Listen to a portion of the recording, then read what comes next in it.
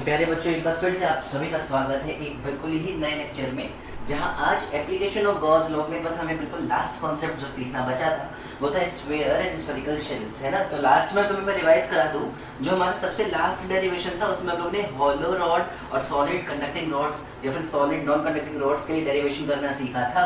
और बिल्कुल वैसे ही सेम कॉन्सेप्ट को यूज करते हुए आज हमें जो डेरिवेशन सीखने हैं वो होंगे सॉलिड सिलेंडर के लिए, सॉरी सॉलिड स्फेरिकल के स्फीयर्स के लिए या फिर हॉलो स्फेरिकल शेल्स के लिए। तो सबसे पहले जो चीज मैं बेटा आपको बताने चाह रहा हूँ दैट इज हॉलो कंडक्टिंग या फिर नॉन कंडक्टिंग, हॉलो कंडक्टिंग या फिर non conducting and solid conducting spheres के लिए। तो ध्यान से समझो बेटा, ये तीनों ही मैंने पहले भी कई बार डिस्कस किया, इसलिए मैं यहाँ पे भी बहुत डिटेल में नहीं जाऊंगा तुम्हारे साथ। मैं बस तुम्हें आइडिया दूंगा कि आखिर कैसे ये सारे डेरिवेशंस आते होंगे और तुम्हें खुद इन सब चीजों को डिराइव करना होगा। इस बार पहली बार इतने सारे डेरिवेशंस में से मैं पहली बार ऐसा बोल रहा हूँ कि हाँ तुमको करना होगा, और विश्वास करो तुम बहुत आराम से बहुत इजीली कर लोगे अगर तुमने मेरे सारे पहले के लेक्चर देख रखे हैं। अब ध्यान से समझो, जो भी रिजल्ट हॉलो कंडक्टिंग या नॉन कंडक्टिंग के लिए निकल के आता है, चाहे वो इलेक्ट्रिक फील्ड के रिजल्ट्स हो चाहे वो इलेक्ट्रिक पोटेंशियल के रिजल्ट्स हो, सेम रिजल्ट तुमको सॉलिड कंडक्टिंग स्फीयर में भी मिल जाता है। ऐसा क्यों होता है सर? ऐसा इसलिए होता है बच्चों क्योंकि हॉलो है, अगर मान लो तुम्हारा स्फेरिकल शेल, तो तुम्हारा शेल कंडक्टिंग हो चाहे नॉन कंडक्टिंग हो, चार्ज तो हमेशा उसके सरफेस पर ही रहेगा ना बच्चों। और सिमिलरली अगर सॉलिड है भी पर कंडक्टिंग है, तो अगर प्रॉपर्टीज ऑफ कंडक्टर तुम्हें याद हो नेक्स्ट लेक्चर, लास्ट लेक्चर में जो तुमने सीखी थी प्रॉपर्टीज ऑफ कंडक्टर में, जितने भी चार्जेस होते हैं कंडक्टर के वो हमेशा सरफेस पर ही जाकर रुकना पसंद करते हैं। मतलब इन तीनों ही टाइप के फिगर्स में या तीनों ही टाइप के कॉन्फ़िगरेशन में charge always resides on boundary, है ना। तो इसलिए रिजल्ट भी बिल्कुल क्या आने वाला है बच्चों, सेम आने वाला है। सबसे पहले हमें इलेक्ट्रिक फील्ड के रिजल्ट निकालने हैं यूजिंग गॉस लॉ। तुम्हारे बोर्ड में कैसे क्वेश्चन आएगा कि गॉस लॉ की हेल्प से इलेक्ट्रिक फील्ड डिराइव करो किसी हॉलो कंडक्टिंग या नॉन कंडक्टिंग स्फीयर के लिए या फिर सॉलिड कंडक्टिंग स्फीयर के लिए। कहां-कहां? एक तो इनसाइड, दूसरा सरफेस पे और तीसरा आउटसाइड। तो देखो एक एक करके करना शुरू करते हैं। सबसे पहले मान लो मुझे इस P पॉइंट पे इलेक्ट्रिक फील्ड निकालना हो गॉस लॉ यूज करके। किस पॉइंट बच्चों? P पॉइंट पे इलेक्ट्रिक फील्ड निकालना है। आखिर P पॉइंट कहां है सर? तो P पॉइंट अंदर है स्फेरिकल शेल के, अंदर है कंडक्टिंग स्फीयर के। अब ध्यान से देखो, जिस भी पॉइंट पे निकालनी है इलेक्ट्रिक फील्ड, फिर से रिपीट कर दे रहा हूं बच्चों, जिस भी पॉइंट पे निकालनी है इलेक्ट्रिक फील्ड, सबसे पहले उस पॉइंट के जस्ट बाहर से गॉसियन सरफेस ड्रॉ करो, फिर गॉस लॉ से फ्लक्स निकाल लो, बेसिक फार्मूले से फ्लक्स निकाल लो, दोनों को करो इक्वेट, तुम्हें मिल जाएगी तुम्हारी इलेक्ट्रिक फील्ड। यही एक कहानी है जो बार-बार हमें यहाँ पे दोहरानी होती है। तो देखो अगर मैं P पॉइंट पर जाके गॉसियन सरफेस ड्रॉ करता तो क्या वो गॉसियन सरफेस कुछ एक ऐसा स्फीयर बन रहा होता? हाँ सर, ऐसा स्फेरिकल शेल जैसा बन रहा होता जिसका खुद का रेडियस स्मॉल r होता। हाँ, क्या इस P पॉइंट के अंदर कुछ भी चार्ज मौजूद है? नहीं सर, कोई चार्ज नहीं है। तो फ्लक्स कितना निकलेगा? Q in by epsilon not के बराबर सर, ऐसा गॉस लॉ कहा करता है। और Q in 0 है तो फ्लक्स भी होने वाला है 0, तो फ्लक्स होने वाला है 0। पर फ्लक्स तो एक और फॉर्मूला होता है ना, फ्लक्स का एक और फॉर्मूला होता है ना E into A, तो एरिया कितना आ जाएगा 4 pi small r square E into 4 pi small r square is equal to कितना आ रहा है बच्चों?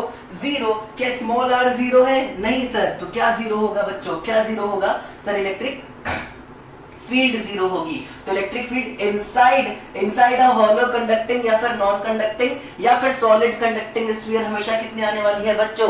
कितनी आने वाली है? हमेशा 0 आने वाली है, 0 आने वाली है। चलो देखते हैं बच्चों, अगर सरफेस पे मैं चला गया होता, मतलब अगर मैं उसकी बाउंड्री पे जाकर देखूं तो वहां कितनी इलेक्ट्रिक फील्ड मौजूद है। मतलब क्या मुझे इस जगह पे इलेक्ट्रिक फील्ड फाइंड करनी है? हाँ सर। तो क्या इसके ठीक बाहर बेटा मैं गॉसियन सरफेस ड्रॉ कर लूं? बिल्कुल सर। क्या उस गॉसियन सरफेस का area 4 pi capital R square होने वाला है?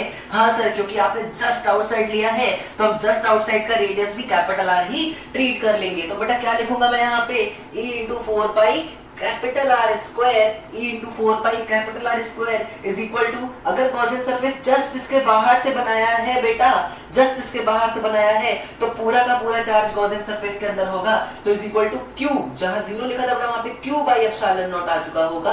और अगर आप इसको सॉल्व करोगे यहां से E निकल के आएगा KQ by capital R square. तो ऑन सरफेस इलेक्ट्रिक फील्ड कितनी होती है बच्चों? K capital Q by capital R का स्क्वायर। इसमें कोई बड़ा रॉकेट साइंस नहीं है, कोई बहुत बड़ी बात नहीं है। और लास्ट चीज, अगर मुझे आउटसाइड के लिए डिराइव करना है, मतलब इस पॉइंट पे डिराइव करना है, तो क्या मैं यहां से गॉसियन सरफेस ऐसे ड्रॉ करता पूरा? हाँ सर। तो जो एरिया ई, जो flux E into 4 pi capital R square लिखा था, क्या वो E into 4 pi small r square बन जाता फिर से? हाँ सर। क्या वो equal to Q by epsilon not ही होता? हाँ सर। और अगर तुमने उसको सही से सॉल्व किया होता तो बाहर के लिए इलेक्ट्रिक फील्ड निकल के आती KQ by capital R square, KQ by small r square. Sir आप इतनी जल्दी जल्दी क्यों बता रहे हो? क्योंकि विश्वास करो बच्चों, विश्वास करो, इससे पहले 2 बार कम से कम अभी तक के सारे लेक्चर्स में मैंने ये सारे ही फॉर्मूले तुमको बता रखे हैं, चाहे वो इलेक्ट्रोस्टैटिक्स 1 रहा हो, चाहे वो 2 रहा हो। और मैं उम्मीद करता हूँ कि इसमें से कोई बहुत बड़ी चीज है भी नहीं कि मैं बार बार तुमको डिराइव करके सिखाता रहूं। पर हाँ, तुम जब अपनी कॉपी में नोट करोगे इन सारी चीजों को बच्चों, प्रॉपर डेरिवेशन के साथ नोट करो। मैं यही रिक्वेस्ट करूंगा, तुम प्रॉपर डेरिवेशन के साथ नोट करना। तो इसके अकॉर्डिंग इलेक्ट्रिक फील्ड के तीनों फॉर्मूले तुम्हारे पास हैं। अब फिर से अपने इलेक्ट्रोस्टैटिक्स 1 के नोट्स को देखो, अगर तुमने सही से बनाया है तो। जब हमको इलेक्ट्रिक फील्ड के फॉर्मूले पता होते हैं तो वहां से इलेक्ट्रिक पोटेंशियल का फॉर्मूला कैसे डिराइव किया जाता है मैंने वहां अच्छे से सिखाया था। और ये तीनों ही फॉर्मूले वहां पर बताकर ये तीनों ही फॉर्मूले मैंने डिराइव भी किए थे। तो मैं यहाँ पे डिराइव नहीं कर रहा हूं, पर क्योंकि टॉपिक जब स्फेरिकल शेल या स्फीयर का आया ही है तो क्यों ना एक बार फिर से तुम्हें बस रिवाइज कराने के लिए इलेक्ट्रिक पोटेंशियल के फॉर्मूले भी साथ साथ लिख देता हूं। देखो ध्यान से, ऑन सरफेस इलेक्ट्रिक पोटेंशियल होता है KQ बाई कैपिटल R। कितना होगा बच्चों on surface? KQ by capital R। अब देखो, अंदर इलेक्ट्रिक फील्ड 0 है, मतलब अंदर कोई पोटेंशियल डिफरेंस नहीं आया है। अंदर मतलब कहां से? बाउंड्री से लेके सेंटर तक कोई पोटेंशियल का डिफरेंस नहीं है। अगर बाउंड्री की पोटेंशियल है KQ बाई कैपिटल R, तो भाई इनसाइड भी हमेशा कितना रहने वाला है? KQ बाई कैपिटल R ही रहने वाला है। तभी तो पोटेंशियल डिफरेंस नहीं है इनसाइड और सरफेस में। इनसाइड और सरफेस में पोटेंशियल डिफरेंस नहीं है तो इलेक्ट्रिक फील्ड नहीं है इनसाइड। बिल्कुल सही बच्चों, बहुत बढ़िया। और आउटसाइड के लिए क्या हो जाएगा फॉर्मूला? आउटसाइड के लिए बेटे हो जाएगा KQ बाई स्मॉल r। आखिर कैसे ला रहे हो सर आप ये सब फॉर्मूले? तो मैं तुमको याद दिला दूं, मैंने सिर्फ एक कॉन्सेप्ट यूज किया है यहाँ पे, पोटेंशियल ग्रेडियंट का। मतलब मैंने हर बार E को लिख लिया है माइनस का dV बाई dr, और इस फंक्शन को मैंने इंटीग्रेट किया है dr को और नेगेटिव साइन को उधर ले जाके, और हर बार मुझे मेरा पोटेंशियल निकल कर आके मिलने लगा है। कहाँ का पोटेंशियल सर आपने 0 लिया है? तो याद रखना बच्चों, पोटेंशियल इनफाइनाइट का मैंने 0 लेने के बाद ये सारे ही फॉर्मूले डिराइव किए हैं। तो ये छोटी सी कहानी है हॉलो कंडक्टिंग, नॉन कंडक्टिंग या फिर सॉलिड कंडक्टिंग स्फीयर्स के लिए। आखिर सर ग्राफ कैसा होता होगा इलेक्ट्रिक फील्ड का और इलेक्ट्रिक पोटेंशियल का? तो ध्यान से देखो, मान लेता हूं मैं यहाँ पे वो बाउंड्री है जहां रेडियस आता होगा अपना। तो देखो, इनसाइड तो इलेक्ट्रिक फील्ड 0 है, मतलब 0 सेंटर से लेके R तक कोई ग्राफ नहीं होगा। R के बाद से आउटसाइड स्फीयर 1/r स्क्वायर का ग्राफ बनेगा। तो ये कुछ ऐसा चला जाता होगा, ध्यान से देखो, ये कुछ ऐसा चला जाता होगा। सिमिलरली इस तरफ सर ये ऐसा चला जाता होगा। सर आपने डायरेक्शन क्यों चेंज की? डायरेक्शन इसलिए चेंज की है मेरे प्यारे बच्चों, क्योंकि इलेक्ट्रिक फील्ड एक वेक्टर क्वांटिटी है, और जब मैं सेंटर से इस तरफ देख रहा हूं पॉजिटिव चार्ज के लिए तो फील्ड उधर जा रही थी, बल्कि सेंटर से इस तरफ किसी भी पॉइंट पे फील्ड इस तरफ जा रही थी, इसलिए यहाँ पे मुझे डायरेक्शन को चेंज करना पड़ा है। आखिर सर पोटेंशियल वर्सेस पोजीशन का ग्राफ कैसा होने वाला है? तो देखो ध्यान से बच्चों, बहुत आसान है पोटेंशियल वाला ग्राफ भी समझना। सपोज ये रेडियस के लिए मैंने एक मान लो मार्जिन कर लिया, तो सेंटर से लेके और रेडियस तक इलेक्ट्रिक पोटेंशियल कांस्टेंट रहने वाला है। इलेक्ट्रिक पोटेंशियल कांस्टेंट रहने वाला है। लो भाई कांस्टेंट बना दिया मैंने। फिर 1/r वाला ग्राफ फॉर्म होगा। 1/r मतलब क्या? ये ऐसे चला जाएगा और उस तरफ ये ऐसे चला जाएगा। ये पॉइंट क्या है सर? ये है KQ बाई कैपिटल R के बराबर। कोई दिक्कत बच्चों? नहीं सर कोई दिक्कत नहीं है। उसी तरीके से सर ये कौन सा पॉइंट है या ये कौन सा पॉइंट है बच्चों? ये है KQ by capital R square, और वो है minus KQ by capital R square. तो ये है इलेक्ट्रिक फील्ड वेक्टर फॉर्म में, वो है पोटेंशियल जो कि स्केलर है, और स्केलर है इसीलिए दोनों तरफ ग्राफ फर्स्ट और सेकंड क्वाड्रेंट में ही है, फर्स्ट और थर्ड में नहीं जा रहा है। तो ये छोटी सी समरी हो गई बेटा, छोटी सी समरी हो गई किसके बारे में? हॉलो कंडक्टिंग, नॉन कंडक्टिंग या फिर सॉलिड कंडक्टिंग स्फीयर के बारे में। शाबाश बच्चों, इतनी चीजें बहुत ढंग से डेरिवेशन के साथ अपनी कॉपी में नोट करो। मैं आपके पास सॉलिड नॉन कंडक्टिंग स्फीयर लेके आता हूं, जल्दी से इनको नोट करो। तो चलो बच्चों आखिर समझते हैं कि कैसी होती होगी इलेक्ट्रिक फील्ड, आखिर क्या मैग्नीट्यूड होगा हमारे इलेक्ट्रिक फील्ड का अगर हम लोग एक सॉलिड नॉन कंडक्टिंग स्फीयर के बारे में बात कर रहे हैं। आखिर क्या डिफरेंस है बच्चों सॉलिड नॉन कंडक्टिंग स्फीयर में और बाकी तीनों ही कॉन्फ़िगरेशन में? तो बस एक मेजर डिफरेंस ऐसा है कि इस बार जो चार्ज है बच्चों तुम्हारे पास, जो चार्ज है तुम्हारे पास वो पूरी की पूरी बॉडी में जाके अपने आप को डिवाइड करने वाला है, सिर्फ सरफेस में डिवाइड करने वाला नहीं है। तो ध्यान से देखो, मैंने पहले ही एक टर्म यानी कि चार्ज डेंसिटी, जिसको ज्यादा बेहतर रहेगा बोलना वॉल्यूम चार्ज डेंसिटी को डिफाइन किया है कि मान लो इस पूरे स्फीयर पे मैंने क्यू चार्ज दिया। कितना चार्ज दिया बच्चों? क्यू चार्ज दिया। तो चार्ज पर यूनिट वॉल्यूम ही मेरा रो के बराबर होने वाला है और इस रो की काफी मदद लूंगा मैं अभी जो डेरिवेशंस करने जा रहा हूं उनमें। तो डेरिवेशन तो मैं सिर्फ एक करके दिखाऊंगा बच्चों तुमको इनसाइड का, क्योंकि वही है जो शायद थोड़ा डिफरेंट होने वाला है। आउटसाइड और ऑन सरफेस में अभी भी कोई फर्क नहीं पड़ेगा। देखो मैं तुम्हें इस बार दिखाता हूं। सबसे पहले आउटसाइड, सबसे पहले आउटसाइड की बात करें, मतलब अगर मुझे इस पॉइंट पे इलेक्ट्रिक फील्ड के बारे में जानकारी चाहिए तो क्या बेटा इस पॉइंट पे मैं गॉसियन सरफेस ऐसे ड्रॉ करता है इमेजिनरी पूरी? हाँ सर करते। क्या पूरा का पूरा मेरा स्फीयर उस गॉसियन सरफेस के अंदर होता? हाँ सर होता। और पूरा का पूरा स्फीयर अगर अंदर होता तो क्या उस गॉसियन सरफेस के अंदर मौजूद चार्ज कैपिटल क्यू के बराबर हो गया होता? हाँ सर हो गया होता। तो अगर चार्ज कैपिटल क्यू के बराबर है बच्चों तो गॉस लॉ के अकॉर्डिंग फ्लक्स क्या capital Q by epsilon not आ जाता? हाँ सर आ जाता। उसके बाद फ्लक्स जो बेसिक फॉर्मूले से आता है वो E into 4 pi small r square आया होता? हाँ सर आया होता। तो क्या E into 4 pi small r square is equal to q by epsilon not लिख लेता मैं? हाँ सर लिख लेते। और अगर मैं ऐसा करके सॉल्व करता तो इलेक्ट्रिक फील्ड आउटसाइड अभी भी मुझे K q by small r square इतनी ही मिल रही होती। आप खुद से करके देख लो बच्चों, ऐसा डेरिवेशन मैंने कई करा रखे हैं, कई ज्यादा करा रखे हैं, इसलिए बिल्कुल बेसिक सी बातें हैं जो मैं बार बार डिराइव करके अपना और आपका दोनों का टाइम वेस्ट नहीं करना चाहता हूँ। मुझे आज बहुत अच्छी अच्छी चीजें और सिखानी है जिन पर मैं जाके अपनी एनर्जी को यूज करना पसंद करूंगा। फिलहाल देखते हैं electric field on the surface. तो फिर से वही बात है, आप गॉस लॉ के लिए गॉसियन सरफेस बना के सॉल्व करके देख लेना, K q by capital R square, यही सरफेस की इलेक्ट्रिक फील्ड निकल के आने वाली है। तो आखिर सर इनसाइड ऐसा क्या होगा? इनसाइड एक अच्छा कॉन्सेप्ट होगा जिसको बहुत तुम इससे सीखो। अब शुरू करते हैं एनर्जेटिक क्लास आज की। क्यों एनर्जेटिक क्लास शुरू करते हैं? क्योंकि विश्वास करो जो मैं तुम्हें सिखाने जा रहा हूं वो अभी तक किसी भी कॉम्पिटिटिव एग्जाम में नहीं पूछा गया है। अरे सर क्या बकवास कर रहे हो? हाँ बकवास नहीं कर रहा हूं, लेकिन इस पर बेस्ड क्वेश्चंस हर एग्जाम में पूछे गए हैं। ये खासियत इस टॉपिक की, ये खासियत इस डेरिवेशन की। तो क्या रिजल्ट निकल के आ रहा है? That doesn't matter. हाँ थोड़ा मैटर करेगा जब मुझे ग्राफ यहाँ पे ड्रॉ करना होगा, बट स्टिल क्या रिजल्ट निकल के आ रहा है उससे लाख गुना इंपॉर्टेंट है, लाख गुना इंपॉर्टेंट है कैसे रिजल्ट निकल के आ रहा है। और मैं कुछ क्वेश्चंस भी तुम्हें कराऊंगा इस पर्टिकुलर टॉपिक के बाद, कुछ क्वेश्चंस भी कराऊंगा प्रीवियस ईयर के जो कि इस पर्टिकुलर डेरिवेशन पे बेस्ड होंगे। देखो ध्यान से, मुझे अब किसी भी अंदर जो कि r डिस्टेंस पे मौजूद एक पॉइंट है, मान लेते हैं P, इस पॉइंट का कुछ नाम रख लेते हैं बच्चों P। इस P पॉइंट पर आखिर कितनी इलेक्ट्रिक फील्ड है ये पता करना है।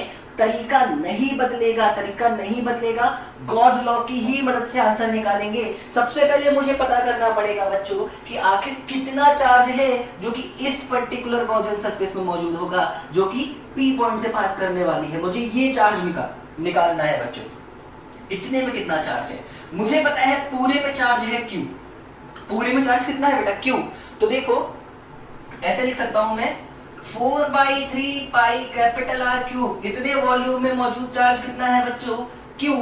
तो हर एक वॉल्यूम में मौजूद चार्ज होने वाला है बच्चों Q upon 4/3 pi capital R का क्यूब। तो आखिर 4/3 पाई स्मॉल r क्यूब इतने वॉल्यूम में कितना होगा? आखिरी वॉल्यूम कितना है बच्चों? आखिरी वॉल्यूम कितना है बच्चों? 4/3 पाई स्मॉल r क्यूब ही तो है। हाँ सर, तो 4/3 पाई स्मॉल r क्यूब में होने वाला है Q upon 4/3 pi capital R cube into 4/3 pi small r cube. क्या 4/3 पाई से 4/3 पाई आप कैंसिल कर दोगे सर? बिल्कुल कर दूंगा बच्चों। तो यहाँ से जो Q डैश यानी कि वो चार्ज, Q डैश इज वो चार्ज जो कि मेरी गॉसियन सरफेस के अंदर निकल के आया है, वो Q डैश निकल के आया है Q इंटू स्मॉल r का क्यूब अपॉन कैपिटल R का क्यूब। क्या आप ये तरीका समझ पाते हो? हाँ, तुम्हें हर बार ऐसे ही जब भी तुमको कोई चार्ज कॉन्फ़िगरेशन दिया होता है, एक्चुअली इस बार मैंने मेंशन नहीं किया है तो मान के चलना कि यूनिफॉर्म डिस्ट्रीब्यूशन था चार्ज का। कैसा था? तो हम ऐसे भी बोल सकते हैं uniformly distributed charge.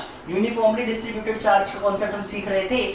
Non uniformly distributed होता है तो भी तरीका यही रहता है बेटा, सबसे पहले r डिस्टेंस के अंदर मौजूद चार्ज को कैलकुलेट करना आना चाहिए। एक बार तुमने चार्ज को कैलकुलेट कर लिया यानी कि q डैश निकाल लिया, फिर तुमको अपने पुराने स्टेप्स को यूज करना है। मुझे q डैश की वैल्यू याद है बच्चों, मैं तुमसे इतना ही बोलूंगा कि कृपया करके जल्दी से इसको अपनी कॉपी में नोट कर लो और देखो डेरिवेशन आके मैं कैसे कंटिन्यू करने वाला हूँ। तो q dash is q into small r cube by capital R cube. चलो मैं उसको रब नहीं करता हूँ। अब गॉस लॉ के अकॉर्डिंग जो फ्लक्स होना चाहिए इस पर्टिकुलर गॉसियन सरफेस के लिए वो होना चाहिए q dash by epsilon naught के बराबर, यानी कि q small r cube upon capital R cube epsilon naught के बराबर। इसमें कोई बहुत बड़ा रॉकेट साइंस नहीं है, पर जो फ्लक्स होना चाहिए उसके बेसिक डेफिनेशन के अकॉर्डिंग वो होना चाहिए E into 4 pi small r square into cos 0 degree के बराबर।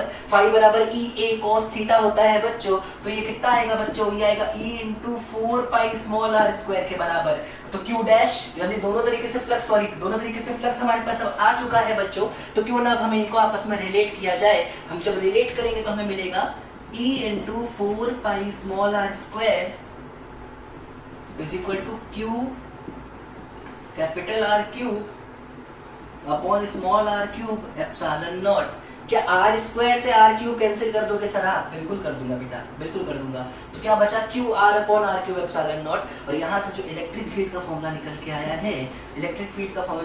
है, q r upon 4 pi epsilon not को k लिख लेता हूं मैं। 4 पाई एप्सिलॉन नॉट को बेटा मैंने k लिख लिया, तो k q r upon capital R का क्यूब। ये है वो फॉर्मूला इलेक्ट्रिक फील्ड का जो हमको आखिर डिराइव करना था।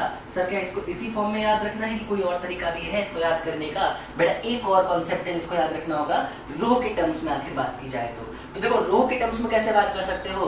क्या तुम k को 1/4 पाई एप्सिलॉन नॉट लिख सकते हो? हाँ सर लिख सकते हैं।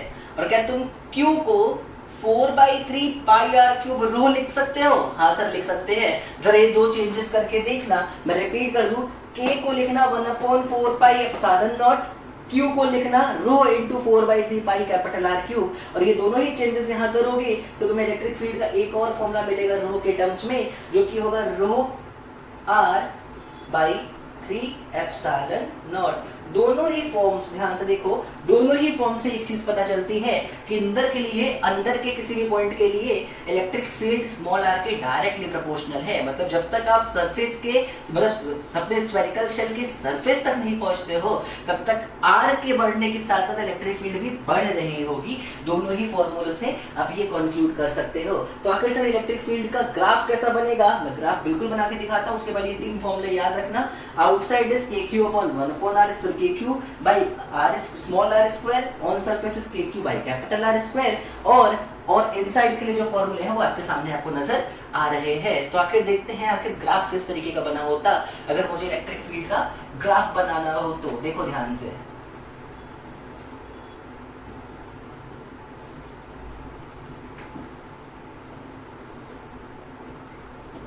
फिर से मैं ई वेक्टर का ग्राफ बना रहा हूँ बेटा। मॉड का पूछता हूँ तो क्या करते हैं पता है ना, जो नेगेटिव वाली साइड है वो पलट के ऊपर चली जाती है। बस ध्यान से देखो, मुझे ई वेक्टर वर्सेस डिस्टेंस का ग्राफ बनाना है। सपोज ये मेरा रेडियस हो, ये दूरी रेडियस को डिफाइन करती हो, मान लो ये कैपिटल R है, ये पॉइंट्स, ये है इलेक्ट्रिक फील्ड की मैक्सिमम वैल्यू, मान लेते हैं k q by capital R square जो कि सरफेस पे होने वाली है। ये है मिनिमम, तो minus k q by capital R square लिख लेता हूँ। माइनस यहाँ पे क्या शो करता है बच्चों? बस डायरेक्शन को शो करता है, कंफ्यूज होने की जरूरत नहीं है बिल्कुल भी। तो ग्राफ कैसा बनेगा सर? देखो ध्यान से, जब तक आपका स्मॉल r कैपिटल R से कम है, मतलब इस पर्टिकुलर जगह पे, तब तक ये वाला फॉर्मूला यूज होगा जिसमें e is directly proportional to small r होगा और ग्राफ कुछ स्ट्रेट लाइन जा रही होगी ऐसे उठते हुए। इसमें कोई बहुत बड़ा रॉकेट साइंस नहीं होने वाला है। और एक बार आप सरफेस से बाहर चले गए तो ग्राफ 1/r² वाला बनने वाला है, मतलब इसके आगे का ग्राफ कुछ ऐसा होने वाला है। शाबाश बच्चों, आप बहुत ही ढंग से समझ रहे हो। सिमिलरली बच्चों यहाँ के लिए भी वही चीज कॉन्सेप्ट यूज करोगे, स्ट्रेट लाइन आएगी यहाँ तक तो, और उसके बाद से हमारा ग्राफ कुछ ऐसे पलट जाने वाला है। ये एक ही स्ट्रेट लाइन है बेटा, इसमें गलती मत करना, ये कुछ ऐसे बना लेते हैं ढंग से, है ना। तो ये है आपका इलेक्ट्रिक फील्ड वर्सेस पोजीशन का ग्राफ। मैग्नीट्यूड की अगर बात की जाती तो ये नेगेटिव वाला पार्ट पलट के बस ऊपर चला गया होता और आपका ग्राफ बिल्कुल कंप्लीट हो चुका होता। तो ये कुछ ऐसा टॉपिक है, यानी अभी तक का जो भी कुछ हमने पढ़ा है शायद पहले हमने पढ़ रखा था, शायद पहले से हमें चीजें पता थी, पर एक बार फिर पढ़ने में कोई बुराई नहीं है बच्चों। अच्छी बात ये है कि हम एक बार फिर से रिविजन कर चुके हैं और शायद मैं ये मान सकता हूँ कि आखिर ये फॉर्मूले आपके जहन में, आपकी रगों में खून के साथ साथ अब दौड़ना शुरू कर चुके होंगे। अगर नहीं किए हैं बच्चों तो फिर रिक्वेस्ट करूंगा, जितने टॉपिक्स खत्म हो गए हैं, जितना भी चीज हम लोग पढ़ चुके हैं, प्लीज आप एक लिस्ट बनाओ, उसकी सारे फॉर्मूले लिख लो अच्छे से और उनको याद करो, क्योंकि उनके बिना काम चलने वाला नहीं है। तो इस पूरी ही चीज को बहुत ही ढंग से अपनी कॉपी में बच्चों नोट करो। ये इलेक्ट्रिक फील्ड इनसाइड कैसे निकाली गई है, इसका डेरिवेशन अच्छे से आप नोट करो। और अब मैं आता हूँ आपके पास कुछ नए कॉन्सेप्ट्स लेके, चलो इसको नोट करो अच्छे से। तो चलो बच्चों सीखते हैं अपना नेक्स्ट कॉन्सेप्ट, जिसमें हमें पढ़ना है self energy of a hollow sphere. Self energy of a hollow sphere आखिर क्या चीज है सर, मुझे इसके नाम से समझ में नहीं आया। तो कोई बात नहीं बच्चों, मेरा काम ही क्या है, यही तो मेरा काम है कि मैं तुम्हें समझाता चलूं। मान लो ये एक होलो स्फीयर है, ये एक होलो स्फीयर है जिसपे अभी कोई चार्ज मौजूद ना हो।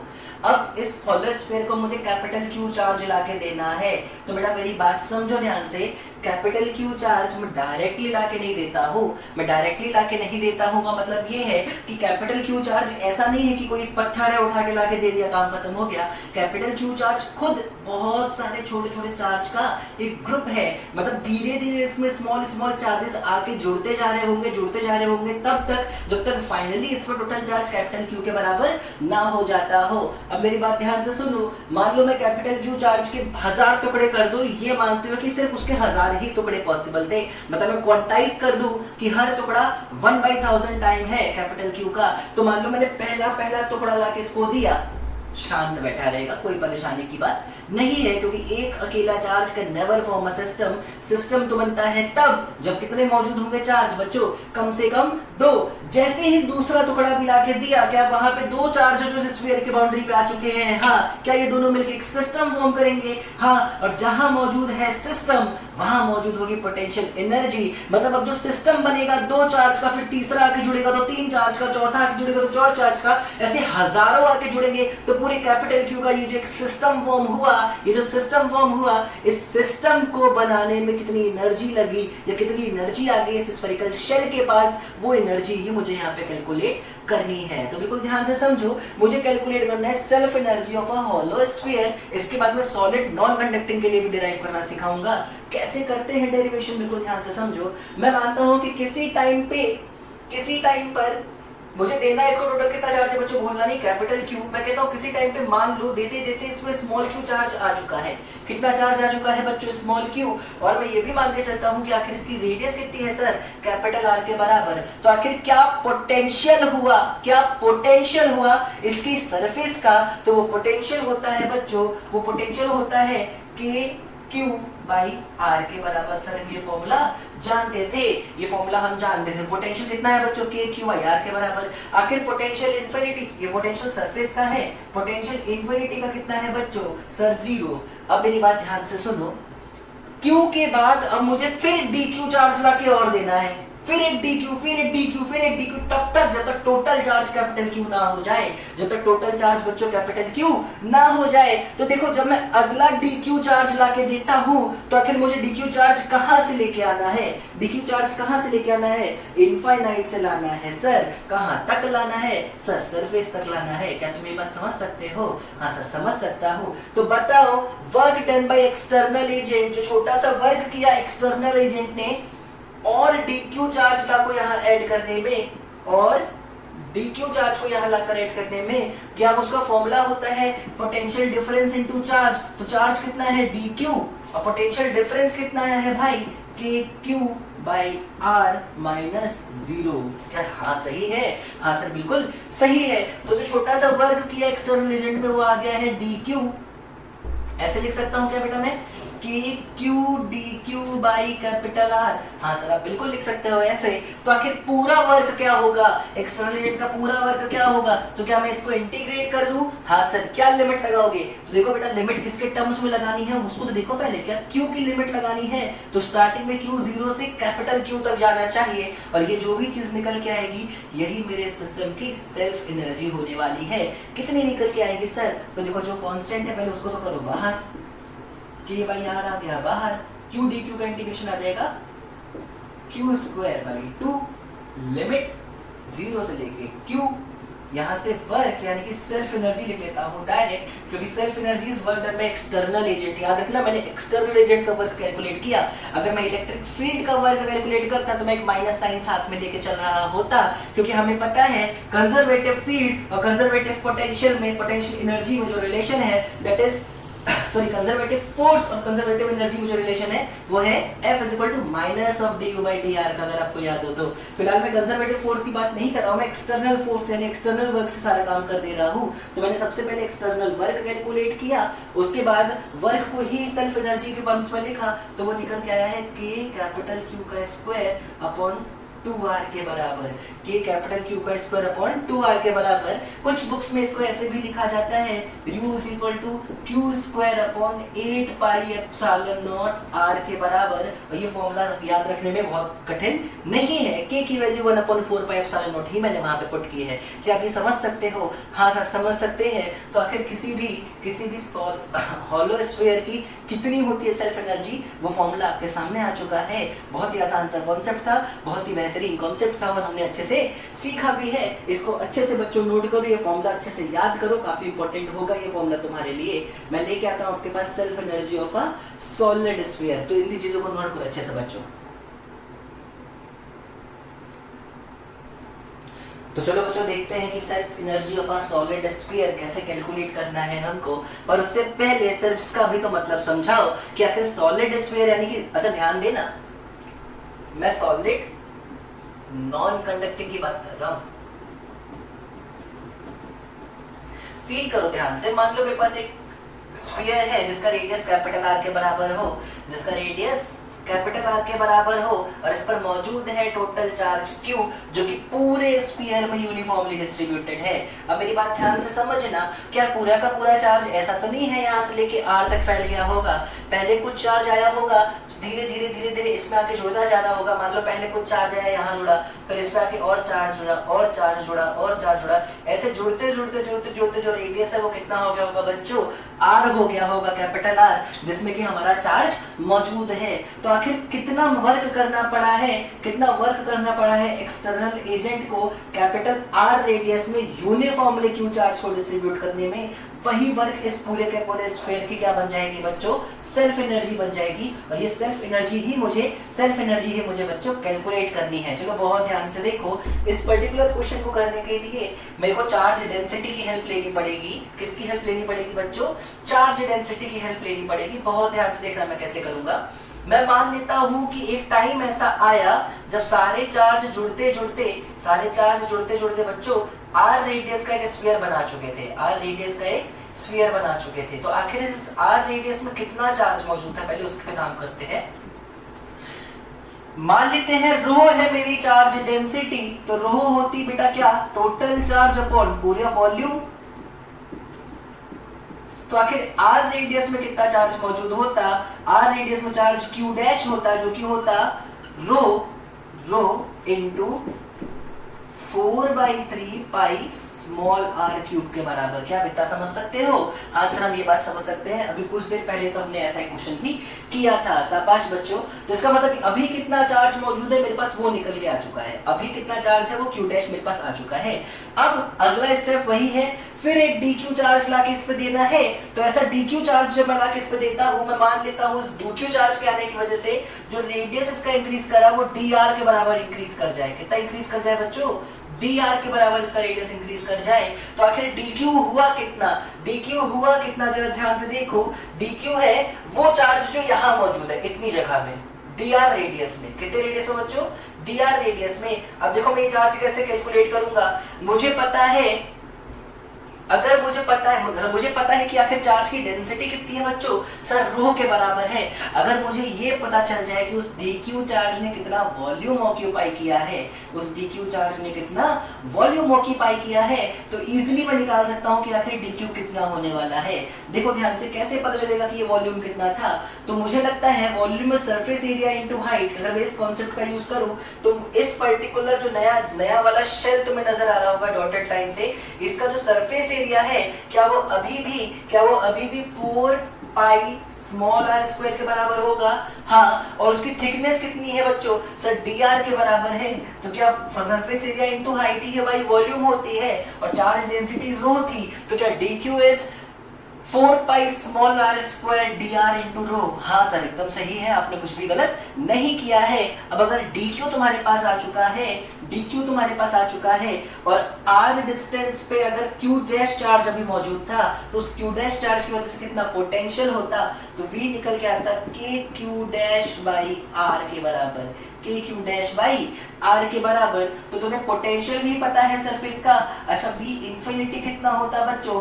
0 होता, तुम्हें ये भी पता है। तो इतने पोटेंशियल डिफरेंस में आखिर तुमने इतना और चार्ज लाके ऐड किया है, तो उसके लिए तुमने वर्क कितना किया? तो ध्यान से देखो, जो वर्क किया तुमने बच्चों वो क्या होगा? वर्क हो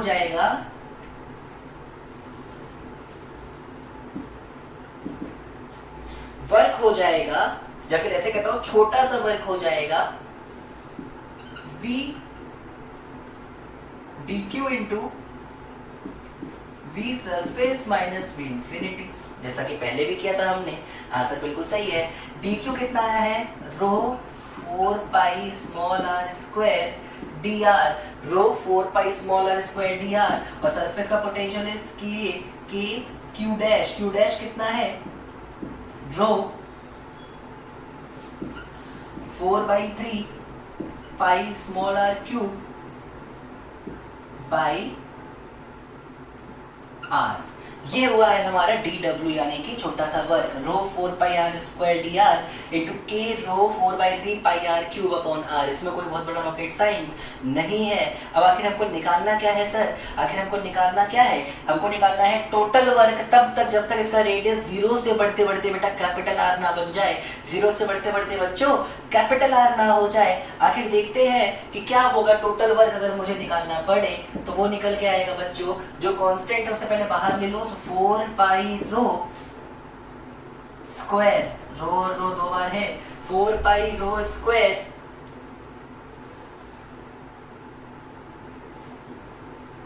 के 4 पाई रो स्क्वायर के, और 4/3 पाई को अगर मैं ले आऊं तो यहाँ 16, 4 4 16/3 लिख सकता हूँ बच्चों ऐसे। हाँ, और पाई को रखे पाई स्क्वायर बनेगा। हाँ सर पाई स्क्वायर बनेगा। अंदर क्या बचा बच्चों इंटीग्रेशन के लिए बचा r स्क्वायर r क्यूब, और नीचे r मतलब r की पावर 5 अपॉन r, मतलब r की पावर 4 इंटू dr। हाँ सर बिल्कुल सही है। लिमिट क्या लगाओगे सर आप? लिमिट लगाऊंगा बेटा रेडियस 0 से बढ़ते रेडियस कैपिटल R तक गया, वो लिमिट लगाऊंगा मैं। और इसको अगर मैं सॉल्व करता हूँ तो देखो ये कितना निकल के आएगा बच्चों, ये निकल के आएगा 16/3 पाई स्क्वायर रो स्क्वायर के r की पावर 5 अपॉन 5। इसमें कोई बहुत बड़ा रॉकेट साइंस नहीं है, आखिर क्या ये आंसर स्टैंडर्ड फॉर्म है सर? नहीं, ये स्टैंडर्ड फॉर्म तो नहीं है। तो इसका स्टैंडर्ड फॉर्म क्या होगा बच्चों? बस कुछ खास नहीं, रो की वैल्यू जरा यहाँ पे पुट कर दो। तुम रो की वैल्यू पुट करोगे तो देखो ये क्या बनता बच्चों, ये बनता, मैं यहाँ लिख दे रहा हूँ बच्चों, ध्यान से नोट करना, 16/3 पाई स्क्वायर रो स्क्वायर मतलब Q square upon 16/9 pi square r की पावर 6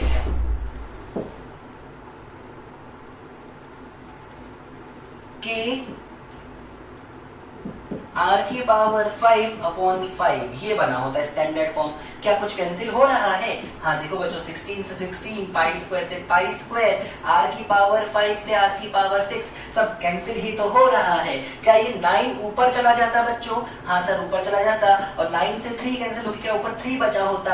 हाँ सर 3 बचा होता। तो देखो आंसर क्या निकल के आया है बच्चों? फाइनल आंसर निकल के आया है 3kq² 5r।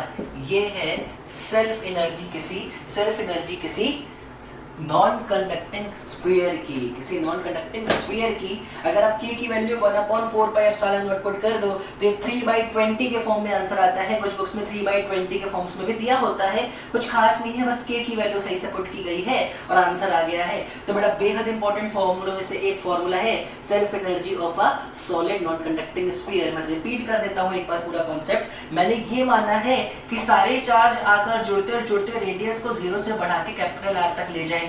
फिर मैंने बीच की एक सिचुएशन ली जब रेडियस कैपिटल R भी नहीं था और 0 भी नहीं था, मतलब कुछ स्मॉल r हो चुका था। आखिर उस समय उसमें कितना चार्ज मौजूद था, उसकी वजह से क्या सरफेस का पोटेंशियल था, क्योंकि मुझे और जो चार्ज लाना है वो सरफेस पर ही तो ऐड करना है, इसलिए सरफेस का क्या पोटेंशियल था, और आने वाले चार्ज से अगर dr रेडियस बढ़ता है तो वो चार्ज कितना है ये कैलकुलेट करके मैंने सिर्फ वर्क निकाला है। वर्क निकाल के सब कुछ वैल्यूज पुट की है, अपने आप मेरे पास सेल्फ एनर्जी निकल कर आ गई है। उम्मीद है तुम्हें ये चीज समझ में आई होगी, अच्छे से नोट कर लो। नहीं आई है बच्चों तो एक बार डेरिवेशन फिर से देखो, खुद से कोशिश करो इस डेरिवेशन को करने की और तुम सीख जाओगे कि आखिर सेल्फ एनर्जी किसी सॉलिड नॉन कंडक्टिंग स्फीयर की कैसे निकाली जाती है। तो इसको अच्छे से नोट करो बच्चों।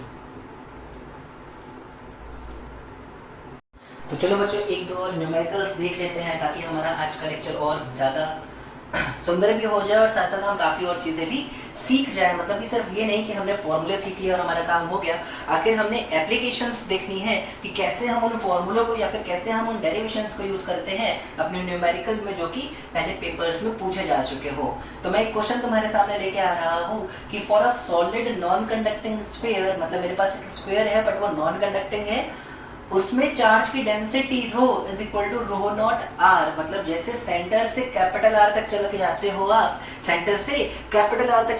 हो आप, चार्ज की डेंसिटी इस बार यूनिफॉर्म नहीं है, charge is not distributed uniformly, बल्कि चार्ज की डेंसिटी डिस्टेंस के साथ साथ रेडियस के साथ साथ बढ़ती चली जा रही है। Rho is equal to rho naught into R. तुमसे कह रहा है कि बताओ कितनी इलेक्ट्रिक फील्ड है किसी भी पॉइंट पर जो कि स्फीयर के अंदर मौजूद हो। मैं तुम्हें फिगर से एक बार समझा देता हूँ और आखिर फिगर ही जो है वो कॉन्सेप्ट सारा क्लियर करेगा। मान लो ये पूरा का पूरा मेरा स्फीयर होता है जिसका रेडियस कैपिटल आर है, क्योंकि सवाल में मेंशन किया गया है। आखिर कितनी इलेक्ट्रिक फील्ड है इस पर्टिकुलर स्फीयर में सेंटर से स्मॉल आर डिस्टेंस में, मुझे ये कैलकुलेट करना है सिंपल भाषा में बोला जाए तो। पर पहले से सवाल थोड़ा सा अलग बस इसलिए है क्योंकि इस बार डिस्ट्रीब्यूशन चार्ज का यूनिफॉर्म नहीं है बल्कि नॉन यूनिफॉर्म है। तो बेटा देखो मैंने कहा था डेरिवेशन वैसा ही रहेगा। सबसे पहला काम होता है जहां पर भी निकालनी है इलेक्ट्रिक फील्ड, वहां से बनाओ बेटा एक गॉसियन सरफेस और पता करो कि इस गॉसियन सरफेस के अंदर चार्ज कितना है। तो कुल मिलाकर जो मेरा मेन टारगेट है इस समय वो है इस गॉसियन सरफेस के अंदर मौजूद चार्ज कैलकुलेट करना। चलो ध्यान से देखते हैं। अगर मैं किसी x डिस्टेंस पर जाऊं और dx थिकनेस का वहां पे एक स्फीयर कट करता, अगर मैं किसी x डिस्टेंस पे जाके dx थिकनेस का स्फीयर कट कर लूं, मान लो इसको x पे जाके dx थिकनेस का, ठीक है ना, थिकनेस कितनी लेनी है बच्चों, dx लेनी है। ध्यान देना ये थिकनेस dx के बराबर है। तो आखिर इस dx थिकनेस में कितना चार्ज मौजूद होगा, सबसे पहले वो dq कैलकुलेट करते हैं। तो dx थिकनेस में आने वाला dq चार्ज विल बी रो यानी कि चार्ज डेंसिटी इनटू वो वॉल्यूम जो कि dq चार्ज के द्वारा ऑक्यूपाई किया गया होगा। जस्ट लास्ट क्वेश्चन में जैसे मैंने किया था, क्या वो हो जाएगा 4 पाई x स्क्वायर dx के बराबर। हाँ सर पक्का यही निकल के आएगा dq। व्हाट इज dq, मैं फिर रिपीट कर दूं, dq is the charge present in a volume occupied at a distance x and in thickness dx। इसमें कोई बहुत बड़ा रॉकेट साइंस नहीं है। सेंटर से x डिस्टेंस में dx थिकनेस में कितना वॉल्यूम लिखा हुआ है, कितना वॉल्यूम मौजूद है, उस वॉल्यूम में आखिर कितना चार्ज है, वो है मेरा dq। तो मैं इतनी चीजें क्लियर होनी चाहिए। तो dq इज rho into 4 pi x square dx। पर रो क्या इस बार कांस्टेंट है? नहीं। तो जरा रो की वैल्यू पुट करो तो rho is rho naught x into 4 pi X square dx। ये हो गया बेटा तुम्हारा क्या सर dq। ये क्या हो गया बच्चों? dq। अगर dq मिल गया तो जरा बताओ कितना चार्ज मौजूद है, कितना चार्ज मौजूद है 0 से स्मॉल r रेडियस में। तो क्या वो हो जाएगा इंटीग्रेशन ऑफ dq लिमिट 0 से स्मॉल r। हाँ सर बिल्कुल सही है, बिल्कुल सही है। जरा सारी वैल्यू पुट करो तो that will be rho not constant था बाहर आ गया, 4 पाई कांस्टेंट है बाहर आ गया, x cube integration of x cube dx limit 0 से लेके स्मॉल r। इसमें कोई बहुत बड़ा रॉकेट साइंस नहीं है। तो देखो ये कितना निकल के आएगा बच्चों? ये आएगा rho naught into 4 pi r to the power 4 upon 4। r to the power 4 upon 4 मैंने लिमिट सब पुट कर दिए बच्चों। ये मत पूछना कि कैसे किया है, आखिर इतना तो मैं आना चाहिए। 4 से 4 कैंसिल हो गया होगा, 4 से 4 कैंसिल हो गया होगा, और वो चार्ज जो कि r रेडियस में मौजूद है वो निकल के आया है रो नॉट r की पावर 4 अपॉन 4 के बराबर। एक बार Q मिल गया तो बाकी काम हमारे लिए बहुत ज्यादा आसान है। कैसे सर? देखो ऐसे, सबसे पहले फ्लक्स गॉस लॉ के अकॉर्डिंग जो निकल के आया है r रेडियस में, कितने रेडियस में बच्चों? r रेडियस में, स्मॉल r रेडियस में, वो हो जाएगा q अपॉन एप्सिलॉन नॉट। हाँ सर सही है। कितना निकलेगा बताइए? ये आ जाएगा rho naught r to the power 4 upon 4 epsilon naught. Rho naught r to the power 4, sorry Q निकल के आया है, कुछ थोड़ा सा गलत हो रहा है बेटा, देखो ध्यान से। क्यू आखिर कितना निकल के आया है? क्यू निकल के आया rho naught pi r to the power 4 नहीं है वहां पे, rho naught pi r to the power 4। तो फ्लक्स निकलेगा क्यू बाई एप्सिलॉन नॉट, यानी कि rho naught pi r to the power 4 upon epsilon naught. पर क्या फ्लक्स की बेसिक डेफिनेशन के अकॉर्डिंग जो फ्लक्स निकलना चाहिए वो होना चाहिए E इंटू ए कितना होता है बेटा? 4 pi r square. Surface area जिस पर्टिकुलर जगह पे तुम बात कर रहे हो, जिस गॉसियन सरफेस की तुम बात कर रहे हो, उसका surface area 4 pi small r square into cos 0, जो कि लिखने की जरूरत नहीं है। अगर मैं दोनों फॉर्मूले को रिलेट करता हूँ तो E into 4 pi small r square is actually rho naught into pi r to the power 4 by epsilon naught। हाँ सर बिल्कुल सही किया है आपने। क्या पाई से पाई कैंसिल होगा? बिल्कुल होगा। क्या r स्क्वायर से r की पावर 4 कैंसिल होकर r स्क्वायर बचेगा? बिल्कुल बचेगा। और इलेक्ट्रिक फील्ड निकल के आई है rho naught r square upon 4 epsilon naught के बराबर। अगर ग्राफ से पता करना होता कि कौन सा ग्राफ सही है तो r स्क्वायर का ग्राफ यानी कि पैराबोलिक ग्राफ बन रहा होता जिस ऑप्शन में, वो ऑप्शन बिल्कुल सही होता। r की वैल्यू 0 रखने पे वो ग्राफ सेंटर से शुरू होना चाहिए था, ये भी आप पता कर सकते हो। और ये वो फॉर्मूला है इलेक्ट्रिक फील्ड का जो किसी भी r डिस्टेंस पर मौजूद किसी पॉइंट पर निकल के आई है, प्रोवाइडेड वो r पूरे स्फीयर के अंदर का एक पॉइंट है। इनसाइड स्क्वायर हमें कैलकुलेट करना था। और ये हो गया तुम्हारा सिंपल सा डेरिवेशन इलेक्ट्रिक फील्ड का। मैं रिपीट कर दूं मैंने कैसे किया है। मेरे को याद है कि गॉस लॉ का ही यूज करना होता है इलेक्ट्रिक फील्ड के लिए, पर मैं जिस पर्टिकुलर r डिस्टेंस पे जाके गॉसियन सरफेस बनाऊंगा, आखिर उसके अंदर कितना चार्ज मौजूद है वो मेन कहानी थी। और उसके अंदर का चार्ज मैंने कैसे निकाला, ध्यान से देखो। मैंने मान लिया x डिस्टेंस पे जाके dx थिकनेस की एक छोटी सी मैंने स्ट्रिप काटी, x डिस्टेंस पर जाकर dx थिकनेस की बेटा एक छोटी सी स्ट्रिप काटी। उस छोटी सी स्ट्रिप में कितना चार्ज मौजूद है, छोटी सी स्ट्रिप में कितना चार्ज मौजूद है, उसके लिए मैंने फॉर्मूला यूज किया dq is equal to rho into उस छोटी सी स्ट्रिप का पूरा वॉल्यूम। तो वो कितना आता 4 pi x square into dx, surface area into height. D Q मिल गया एक बार, तो आखिर पूरा चार्ज कितना था उसके लिए मैंने लिमिट लगा दी x की 0 से लेके स्मॉल r तक, वहां से मुझे वो चार्ज मिल गया जो मेरी गॉसियन सरफेस के अंदर मौजूद है। उसके बाद का फॉर्मूला बिल्कुल सिंपल सा है, गॉस लॉ का इस्तेमाल किया है हर बार की तरह और इलेक्ट्रिक फील्ड निकल कर आई है। तो चलो ये तो बहुत सिंपल सा क्वेश्चन था जो मैंने तुम लोगों के लिए सॉल्व किया। एक क्वेश्चन बनता है कि तुम मेरे लिए सॉल्व करो, अगर rho is rho not are square हो जाए, रो इज इक्वल टू क्या हो जाए बेटा, रो नॉट आर स्क्वायर हो जाए, तो कितनी इलेक्ट्रिक फील्ड होगी किसी भी स्मॉल आर डिस्टेंस पे, और अगर स्मॉल आर सरफेस के अंदर होने वाला है तो इसका फॉर्मूला तुम डिराइव करो, तुम कमेंट करो, ताकि मुझे पता चले कि तुम समझ पाते हो कि नहीं समझ पाते हो। तो ये सिंपल सा एक कॉन्सेप्ट था जिससे इसको हम लोग नॉन यूनिफॉर्म स्फीयर भी बोलते हैं, non uniform non conducting sphere, जो कि बेहद इंपॉर्टेंट है कंपटीशन के मकसद से देखा जाए तो, और इसलिए हमको ये आना ही चाहिए। इसलिए please rho is equal to rho not are square का फॉर्मूला तुम डिराइव करके मुझे बताओ कि क्या तुम समझ पाए हो इस डेरिवेशन को कि नहीं। बाकी हंसते रहो, खुश रहो, मस्त रहो, खाते पीते रहो, अपना ध्यान रखो और अपने घर वालों का भी ध्यान रखो। चलो, थैंक यू।